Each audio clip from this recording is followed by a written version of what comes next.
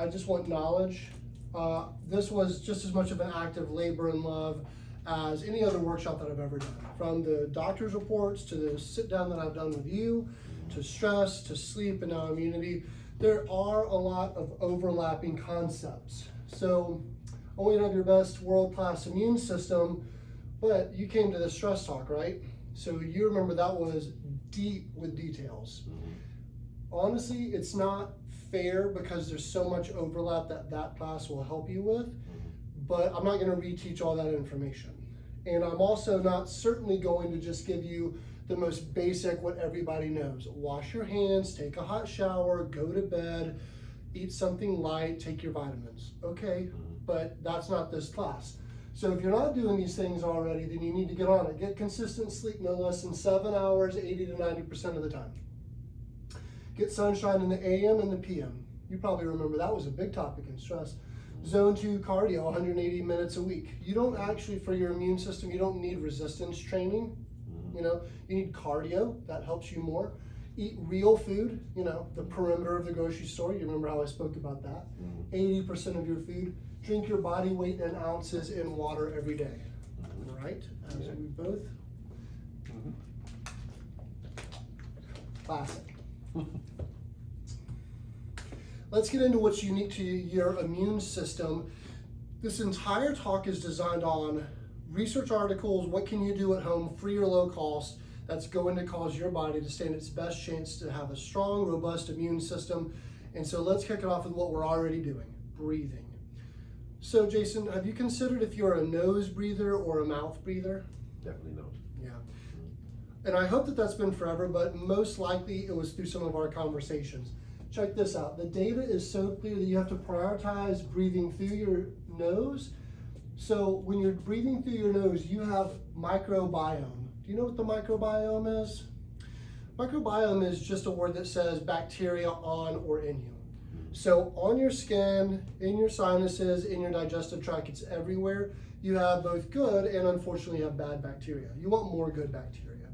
Well, you have far more of it in your sinuses. So for people that are mouth breathers, except for, you know, when you're talking or exercising heavily, when you're a mouth breather, you're inviting more pathogens into your body and there's not as much of a defense. So practice being a nasal breather. And then there's people that a deviated septum or have some sort of a congestion. The facts on that, a deviated septum is a sinus that won't open up fully, and being a nasal breather on purpose, over time you'll work that out. There might be a limit, but certainly you're going to do better nasal breathing and it'll still open up the deviated septum. And then let's rinse the sinuses with saline water. That could either be a neti pot or they even sell, it's like some name brand, a squirt up the nose salt water. So you want to keep it clean of just debris. Now, how often would you say you should do the saline cleansing? I do it every night. Every night? Every night. Okay. Yep. So why do we want to avoid mouth breathing? So be mindful to avoid being a mouth breather because it's related to a higher risk of infection. Simply put, breathe through the mouth except when you're exercising or talking and you're doing it wrong. So a little bit more tailored. Let's get into this part. Fermented food. Do you know, without having to read it, what some examples of fermented food would be? Well, I did just read it, so I did cheat a little bit. But That's okay. What do you got? Anything that's not on the list? not on the list? No, actually. It's a small list, especially for American diet. There's kimchi, sauerkraut, pickles, and then you get into the world that's a little iffy, but like real yogurt. And real yogurt doesn't taste good. It's just real yogurt. If it tastes fruity and sweet, that's not good for you. Right. So the point is you want 2 to 4 servings of fermented food daily. Of course, you could do probiotics and prebiotics, but let's talk about the simplest solution. You're already eating, so you might as well put that into your digestive tract there. And the reason is, by the way, super funny to know that gut bacteria, when somebody has good gut bacteria, they have less white blood cells in their body and they're infected less often. So why do they have less white blood cells in their body? That's a good question. I don't know. Because the pathogens don't get to that line of defense. So when you breathe in, the first line of defense, of course, is your skin. If it gets past that and you breathe it in, then it's the nasal microbiome. And if you have good bacteria, because you're eating fermented food, you don't actually get infected. It's not in your blood, so your white blood cells don't have to respond. So people that eat more fermented food have a lower white blood cell count by default, because they're not as infected as often. Isn't that cool? Yeah, actually. It's really neat. Yeah. Okay.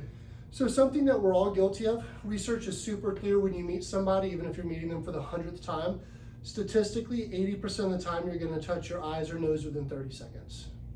Isn't that wild? Yeah. And your eyes and your nose are directly related to a higher increase in infection. So this is all stuff that mom taught. So let's get a little bit deeper into some knowledge. So as we go, it gets deeper and harder to understand, so I'll slow down. The role of deep sleep. Is that readable? The formatting got all strange today. Kind of. Yeah. I'm sorry, bud. I had to change formatting last minute, but let's make do with what we've got, and if I have to, I'll read it for you. Deep sleep. Now that doesn't mean like, oh, I feel like I slept good. You know, you have non-restful sleep, you have REM, you have deep sleep, and you have very deep sleep. These are segments that you should go through. And the thing is that you're supposed to go through them in a wave, and deep sleep might happen one time right in the middle of your night. So you actually want to prioritize deep sleep, and there's a reason for that, because that's when your immune system is going to respond the best, but it's also when you have a system called the lymphatic system, like lymph node, but this is lymph node, that's all in the brain. Now the lymph node system is what drains all the dirt, debris, garbage, crud that the brain built up all day, and it washes it out that night. So for people that don't sleep, that don't have a deep sleep or very deep sleep rhythm, they're not doing this at all. Which if you remember from the stress talk that I gave, which is why alcohol just can't happen, because you don't enter those phases. But when you're sleeping and that lymph node, the lymph nodes are draining, it's actually quite helpful if you raise your legs just a little bit. So it's helpful to be a back sleeper and you have your legs raised about 12 degrees, just a little, like we're talking just a touch. And what that does is that accelerates your recovery. It accelerates your body's ability to fight off the infection. Your lymph node system doesn't have to work nearly as hard to do its proper job, which is to wash the spinal cord and the brain. Make sense? So what if you're a side sleeper? Yeah, I know, because there's side, there's back, and there's belly. It's just not the same. Now, it's better that you're asleep. So if you can't sleep on your back, you can't sleep on your back. But it's more helpful if you're on your back. Okay, but Yeah. the process can still occur, just not at a... It does, not as an advanced rate. Okay. So we're talking about real biohacking here that you can just do tonight. Just go home and put a small pillow under your ankles. Try to just fall asleep like this if you can, or whatever, you know, arms down, arms up, and just see if you can make it for half the night or how far you can go. Okay. It's okay. Yep, and so this one I'm done. I'm even having a hard time reading that one. But deep sleep. We'll get more into sleep on this one because we want to enhance the serotonin and the dopamine levels. You've heard of serotonin and dopamine. These are feel good, happy, accepted in a community situation. This actually has nothing to do with that. The reason that we want to optimize serotonin and dopamine levels while you're asleep is because that fights off cortisol, and a cortisol spike is not what you want when you're getting sick, but it also allows the body to go through a pretty good change in how it's going to handle the infection. So first I want to draw some attention to the second area where it says foods that are rich in tryptophan. So have you heard of tryptophan? It's kind of what's famous for when you eat turkey at Thanksgiving and you get tired. Oh, like the itis. Yeah, Yeah, it'll get you tired. But to be fair with you, most of the reason that we're tired is we overeat. A lot of meat products have tryptophan in it. So you can look for tryptophan supplement. You can supplement with that. When you fall asleep, you're going to have an earlier spike in serotonin and dopamine. This is quite helpful because you can't have spiked serotonin and dopamine and spiked cortisol at the same time. So you're telling your brain while you sleep, let's lower the stress response, let the body recover better, because you took some tryptophan. Okay. Just good quality sleep is going to have great serotonin booster anyways. But then there's this 5-HTP supplement, which again, I recognize might not be easy to see. The formatting is weird today. I don't recommend that you take this. Okay. And I don't recommend that because it's highly recommended that you do blood work before and while on it, and I'm not going to be in charge of that for you. So there are studies that support it, but the people that take it, they're doing blood work before, and during, and plus you should understand what it'll do to your sleep. So this is all about hacking for a better deep sleep that boosts serotonin and dopamine. Okay. Deep, that's the deep rhythm of sleep. Well, when you take 5-HTP just before you go to bed, you're gonna have a massive spike in the ability to enter that deep sleep earlier. Okay. So those people, they'll tend to wake up at 2 in the morning and then they can't go back to sleep. But when you're sick, your body doesn't respond that fast to the 5-HTP, so it'll drag it out, and then that deep sleep actually lasts longer. So if you just go home tonight and you're not sick and you're like, oh, I heard about this 5-HTP, you're gonna wake up most likely at 2 in the morning and you're just not, you're not gonna sleep the rest of the night. So don't take it, but if you're sick and you feel like doing some hacking with another doctor that's actually gonna read your blood, now we're talking. Okay. And then, of course, if you wanna boost serotonin and dopamine, you need to be using some sort of a mindfulness practice. Do you remember that we've talked a lot about the Smiling Minds app? Yeah. And then there's the near sleep deep rest concept. So it was about 10:15 at night on our scale of a perfect day. 10:15, you go down and you do this 10-minute near sleep deep rest. It's a dialogue that you follow along where you accept and scan your whole body. Smiling Minds is going to do the same thing, but in much more of a pleasant, easy to get along with environment where you don't have to like search your body for problems. And accepting yourself and going through that guided audio is going to increase dopamine and serotonin, and then you're going to have a better night's sleep because it's a serotonin booster. So let's get into some things that might cost a little money, but I can give you a workaround. Sauna sessions. This could also be a hot bath or a hot shower. So the data for better sleep, fighting off the immune system attack, doesn't require that you only do saunas and cold plunges, because the next slide is a cold plunge slide. You can get away with hot showers and hot baths. So here's the deal. Dr. Josh, are you saying that when I have a fever, I should get in a sauna? No, you need to hear me better.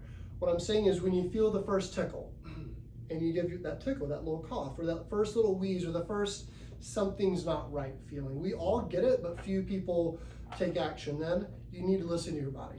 And when that first little tickle happens, get into a real hot shower, a real hot bath without scalding yourself, or go to a sauna session. Depending on the medium, sauna, you want to be in there for 20 minutes, a hot bath, you wouldn't want to be in there for more than 10, right? And what that's going to do is it's going to increase white blood cells. So you're automatically going to start fighting infection better just because you're shocking your body. It's going to modulate the cortisol, meaning do you have too much or do you have too little, because that's important in that phase because you're not asleep yet. So you don't want your cortisol spiking if it's not supposed to. And it's also going to stimulate the immune response. Now, heat by itself is wonderful, but if you pulse between heat and cold, so you have a hot bath drawn and you're fortunate enough to have a shower in the other room or across the bathroom, you can go from a hot bath to a cold shower, spending 5 minutes in each, and your brain has never gone through that in like a normal setting. Because if you go into a hot environment or a cold environment and you just stay there for a prolonged period of time, parts of your brain that were active in the first few minutes, they go dormant. And as far as an immune response goes, that's not helpful. But if you switch back and forth, 3 minutes or 5 minutes, and you're just bouncing back and forth, your brain doesn't go into a dormant state where it's responding to the temperature levels that it has to regulate. Here's the concept. I don't want to confuse. If you get into a cold bath or shower, your core temperature has to go up. If you get into a hot bath, your core temperature has to go down. So if you have a fever, which one makes the most sense? If you're running a fever and you want that fever to go away, for the sake of argument, should you get in a hot bath so your core temperature goes down, or should you get into a cold bath and your temperature goes up? Hot bath. And I'm only advising that in the very beginning of the fever stage, and certainly only under 104 degrees. Okay. Yeah. And usually a fever means the temperature goes up, right? That's right. And we're going to get into fevers in just a second and what their role is. So the the cold heat contrast back and forth, your body is constantly chasing this regulation. Heat shock proteins, cold shock proteins are going to be made like right now in the room. And what that does is it protects your cells, it cuts down on the inflammation, it draws blood to where it needs to go, and your body's cortisol levels go down and serotonin and dopamine goes up, and so you're better off, and the white blood cell counts goes up, so you're able to fight this infection almost like a superhero at that point. And we're talking in the first day. Something happened at lunch, by the time you're at home that night, you're like, I'm not well, let's do some hot, cold, not the third day of a fever. Yeah. And this one I was surprised when I found, because I didn't think I would find actual research on the mystical side of our mind. Like, we think ourselves healthy or we think ourselves sick. And that's just now becoming commonplace science. Even 30 years ago, it was seen as being woo-woo of, no, you're just creating things, or you can't heal yourself with your mind. And that's just now being proven that people can. They're running studies across the board, whether it be your immune system, like we're talking tonight, cancer, athletic ability, even depression and happiness. And if you're thinking about it and you're accepting it, it creates more of a problem. If you're more optimistic, you see a brighter future, you see ways out of it, you're creating a happier space in your mind, you get out of it. And that's pretty cool, because it was always considered woo-woo, and now science actually confirms that that's happening. So acknowledging the connection between positive thoughts, dopamine releases, and the immune response enhances. It's simple. So if you don't do anything else, you're already breathing, and you're already having to think. Breathe through the nose only, right? And then have positive thoughts about it. So we touched on fever just a few minutes ago. Jason, are fevers good, or are fevers bad, or what are fevers? Well, I don't like them. I know, right? I don't like them. So I will say that they're bad only on a surface level, but that's not knowing the full science. Yeah, nobody likes a fever, I don't think. And there certainly are dangerous levels, but fevers, they're good. You have to have a fever. So pathogen enters the body. If you have a cut on your skin, it bypasses your skin. That's the number one defense, right? It's straight into your body. If you breathe it in, rub it on your eyes or in the nostrils or whatever, now it's into your body. If the microbiome can't fight it off, it gets into the bloodstream and it causes an infection. Then the white blood cells go into mode. And these antibodies go searching. Have we ever seen this before? Do we know what this is? If they have, they can attack it really fast, and you might not even get a fever. If you can't figure out what it is because your body's never seen it before, or you have a compromised immune system, then it's going to fight it with general antibodies, but then it's going to make its best mirror image of this pathogen so it can study it, put it in the file, and the next time you're infected, it's going to go, okay, this is how we beat it. Go and do your job. So a fever is the body's attempt at killing it with heat. So you spike a fever when your body hasn't encountered this before, or your immune system is compromised. You're probably, and this isn't a judgment call on you, because I'll say it about me and all of my team here, but we are all most likely fighting off a pathogen right now as we speak. It's not a pretty thought, but we're not sick either. And then maybe in a day or a couple weeks or a couple months from now, we get the sniffles or a cold, and we know that our body met something that it couldn't deal with, because it was either for the first time or our immune system got compromised because we don't do the right things. Fever takes over because we need to burn it out. So a fever is good. Fevers aren't bad. The fever reducers that we take, some over the counter, some prescription, they have a place. I'll be fair with you. The literature is clear. It says 105.8 is the temperature you should use one at. That's high. I kind of felt a little queasy seeing that number. I have children. I know I've had fevers. I know they've had fevers. You know, can we wait that long? And the science is clear that you're better off waiting, because if you take a fever reducer and you don't kill it with the heat, and the pathogens continue to multiply and take over, now you're relying on a system that's not as equipped. You're going to be sicker longer. So that's that. So we started with breathing, and we're going to transition into breathing, but now we're going to get real specific. So do you remember some of the breathing tactics that I've taught you before? Some. Yeah. A real famous one that I've taught is cyclic sighing. It's double in the nose and then single out the nose. And it's a full in, and that exhale has to be longer. So nasal breathing, just for our health, is really important, but nasal breathing for our immune system is going to be a little bit different. So it's called cyclic, hyperventilation. That's also made famous by some man called Wim Hof. I heard him. Yeah, a lot of people have. They call him the Iceman. This is a guy that can swim under icebergs without his equipment, right? He'd be completely in ice, plunged for like 30 minutes. Tips of the fingers are still warm to the touch, no problems. It's because his breath work. And it's so powerful because your breath is the only autonomic nervous system process that you can take control over. You can't take control over your digestion. You can't take control over your heartbeat. You can't take control over everything. That's an autonomic nervous system process except your breathing. So your brain can tell your body to do a process that then turns around and changes your physiology. Think about it. I'll say it again. You can think yourself into doing something that changes the performance of your body. And that's the only system in your body that works that way. It's super cool. So breath work is vital. I've met a lot of people in my life. I've never met one person that breathes for their health. We're all breathing to stay alive, but we don't breathe for our health. So let's get into this cyclic hyperventilation, aka Wim Hof. First of all, we want to breathe like this because at the early signs of being sick, you stand the best chance of ramping up your sympathetic, the fight or flight response. This is going to increase cortisol, it's going to increase your temperature, and it's also going to increase your alkalinity. Real briefly, alkalinity, acids and bases, and your blood has to be right in the middle. It can't be too acidic, it can't be too alkaline. This is not a human physiology class, but that's how it works. And I don't know if you've ever seen these things, but there's foods that people sell in health food stores, and there's alkaline water, that the whole attempt is to make your body more alkaline. Is that a concept you've ever heard of? Not really.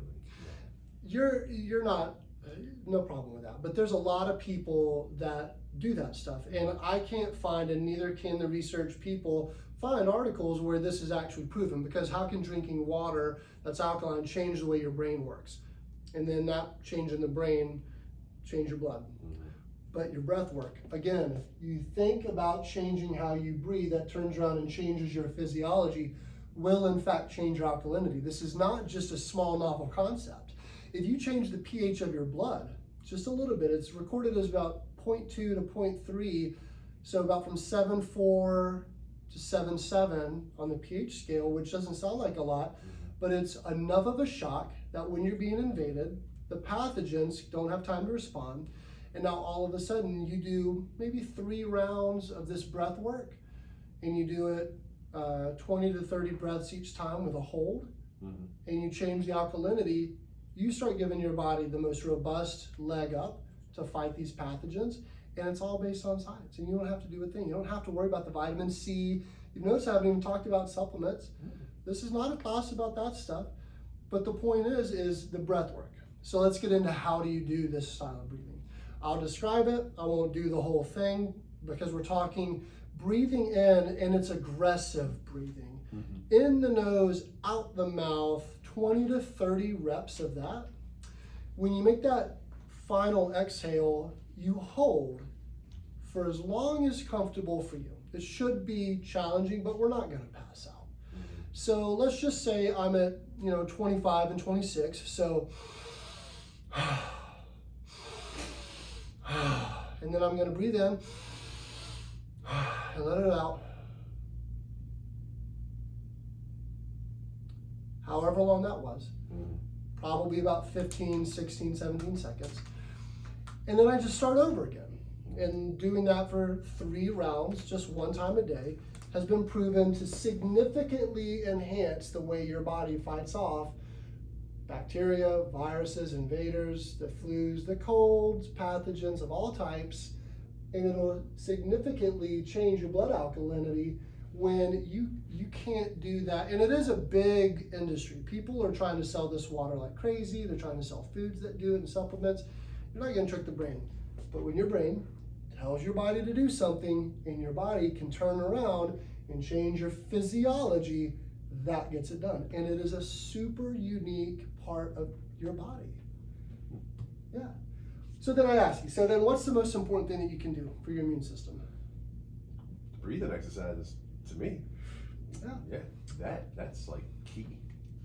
That is a big one.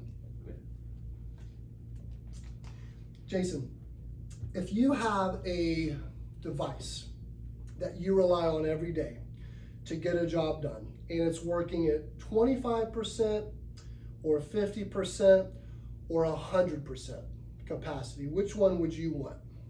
100. So then the best thing that we can do for our immune system is make sure that our nervous system is always tuned up with chiropractic. I have to talk about this as a chiropractor. I hope that's not a surprise to you that I got to bring in the chiropractic side of things.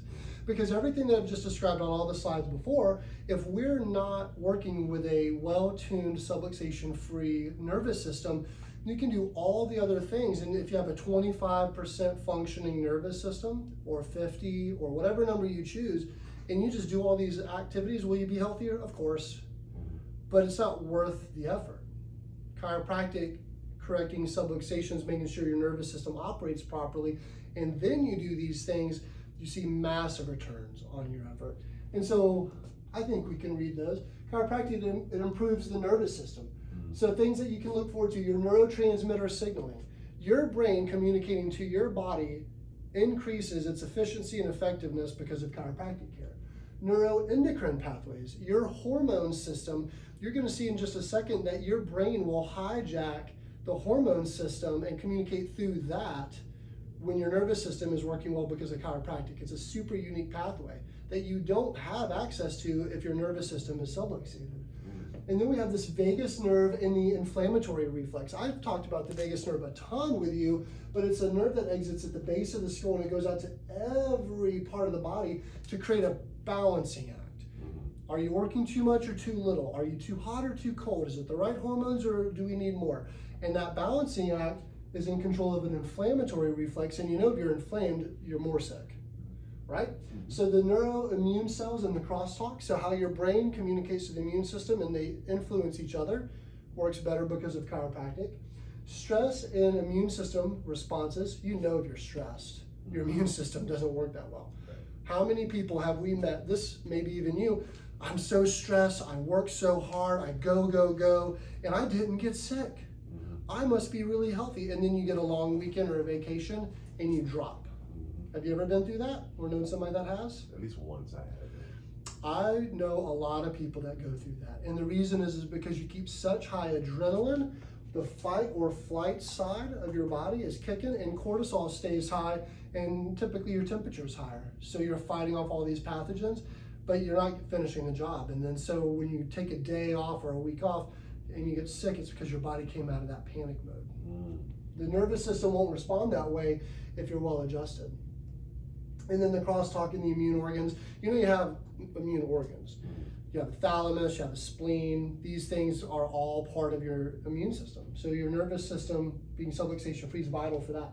Some of the key points, because I just gave you all of them, but these I want to dive deeper into, is the neurotransmitter signaling and the pathways. So you probably didn't know you were going to go to like a graduate level class tonight, but very simply put, I want to make sure that you can see it. The nerves talk to the immune cells and change how they work by releasing neurotransmitters. They change the cells. The cell in your finger, the cell in your heart, the cell in your spleen is influenced by your nervous system. And without subluxations, it does a better job. This is direct control from the nervous system to the immune response. So if you want to be healthier, your nervous system is in control of it. Well-adjusted people, well-adjusted nerves don't have interference. They use hormone pathways. They'll follow along how a hormone should go and say, get out of my way.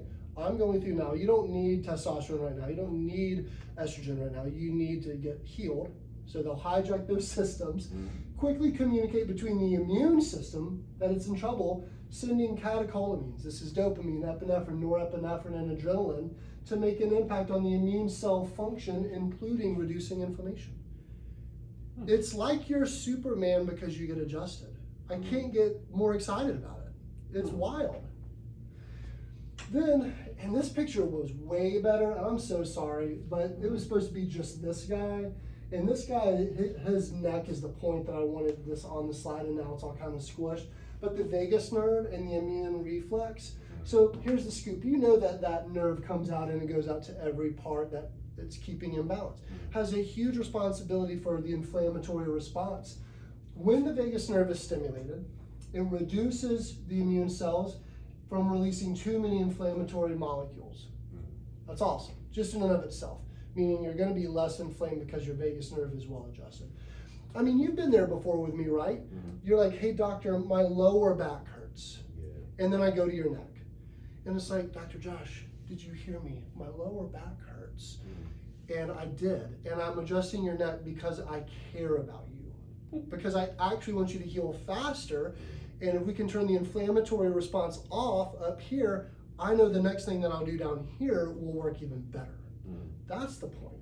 And it also works with your immune system. Turning off the inflammatory molecules also helps to prevent excessive inflammation and tissue damage, which is pretty cool because if you're running a high fever, people are worried about tissue damage, nerve damage. We got to keep that under control. And the immune cells talk directly to the vagus nerves and vice versa, back and forth. They send signals that affect how nerves and immune cells behave. The immune system is telling the nerve cells what to do in this situation. Super unique. In a vagus nerve to an immune cell communication, the nervous system allows that immune cell to tell the nerves what to do. So who's in charge? The nerve? That's a good question. Yeah. I always default to the nerves. Yeah. But in a situation where you're well adjusted, your nervous system communicates clearly to the immune cells, your immune cells obey the nerve cells, they do what they tell them, but they communicate back and forth, and then at one point your immune system says, hey nerve cell, do this instead. It's a very unique part of the body. It's really unique. When that happens, this communication helps both systems work better together. Because the nerve cells don't have a way to know exactly what is going on immune-wise. So if that immune cell says, hey, we're done here, you can turn off, that's the main communication it'll send. It'll say, or we need more of this antibody, or we need you to go over here instead, right? So we're gonna wrap it up here. The high points. Stress and how chiropractic helps the immune system. You can do all the things at the beginning and never be adjusted, and you're gonna have a better immune system response, guaranteed. But again, if you're not taking your vitamins, you're not sleeping, you're not exercising, and you just wanna breathe like Wim Hof, good luck. Okay? And in my opinion, if you take all your vitamins, sleep really well, exercise really well, breathe like Wim Hof, take hot, take cold, do it back and forth, have a good positive outlook on life, actually do some guided meditation and get adjusted, the benefits that you have are here. You have enhanced nerve communication, better than people that don't get adjusted. Then you also have reduced stress response in the body. The stress response that we all have can be physical, mental, and traumatic. Then you're also gonna have regulation of your inflammation. And we all know inflammation's bad. They still can't find the right drug, the right pill, and the right lotion to do that. Chiropractic's got that nailed. It's awesome.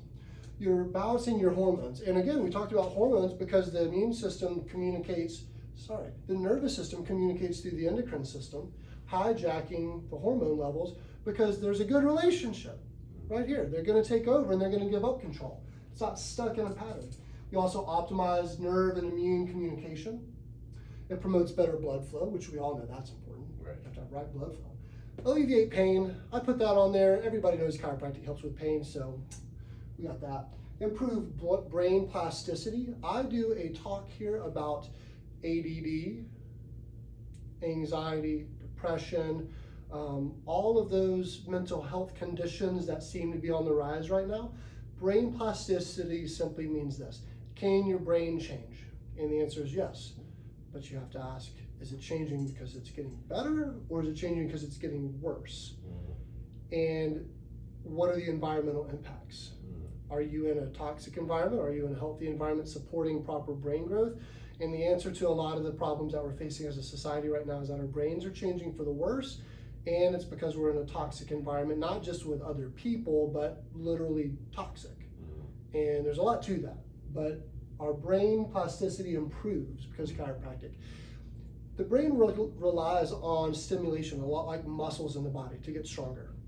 It's like you need to work out your muscles. Well, 80% of what keeps the brain sharp and healthy and developed comes from proper motion of the neck bones. 80%. If I told you that you could have 80% better at anything, and you wanted it, would you just not do it?